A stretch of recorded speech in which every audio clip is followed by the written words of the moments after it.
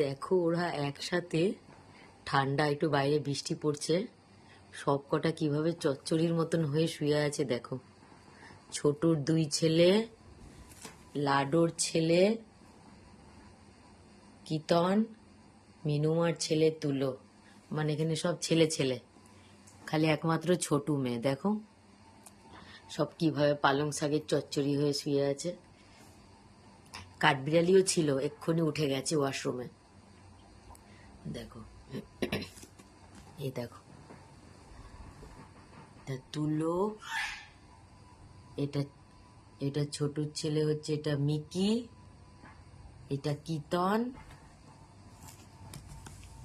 এই যে চলে এসছে, একজনেরই কম ছিল, এই যে চলে এসছে।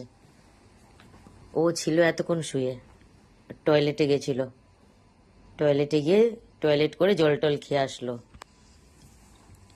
আর এই যে দেখো কি সুন্দর, দেখো সব এক জায়গায় হয়ে শুয়ে থাকে।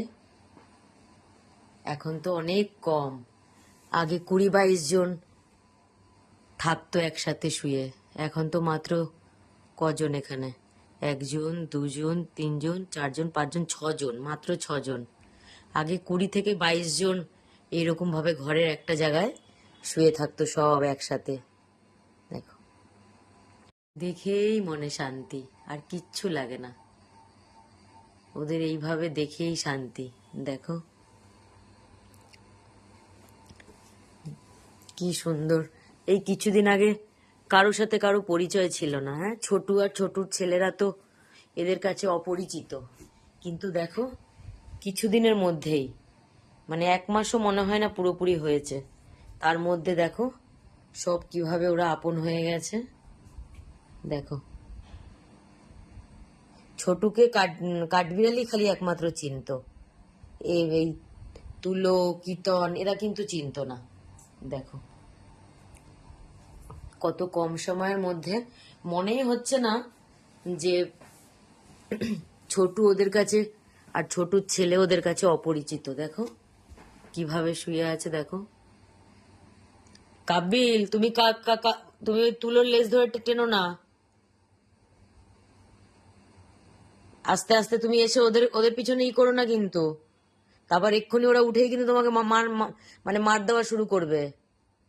তুমি ধান্দাবাজি করছো, কারো লেজ ধরে টানান না, আস্তে আস্তে এগিয়ে আসছো। বদমাশ করো না, আমি ভালো কথা বলছি কিন্তু, তুমি শুধরে যাও কাব্যিল। দেখো কাঠবিড়ালি এগিয়ে এগিয়ে এসছে ওখানে, ওই তুলোর লেজটা ধরে মানে টানবে। দেখো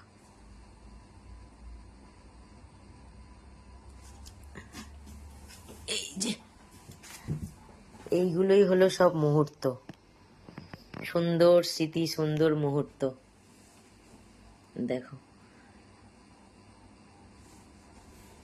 এই যে, এই যে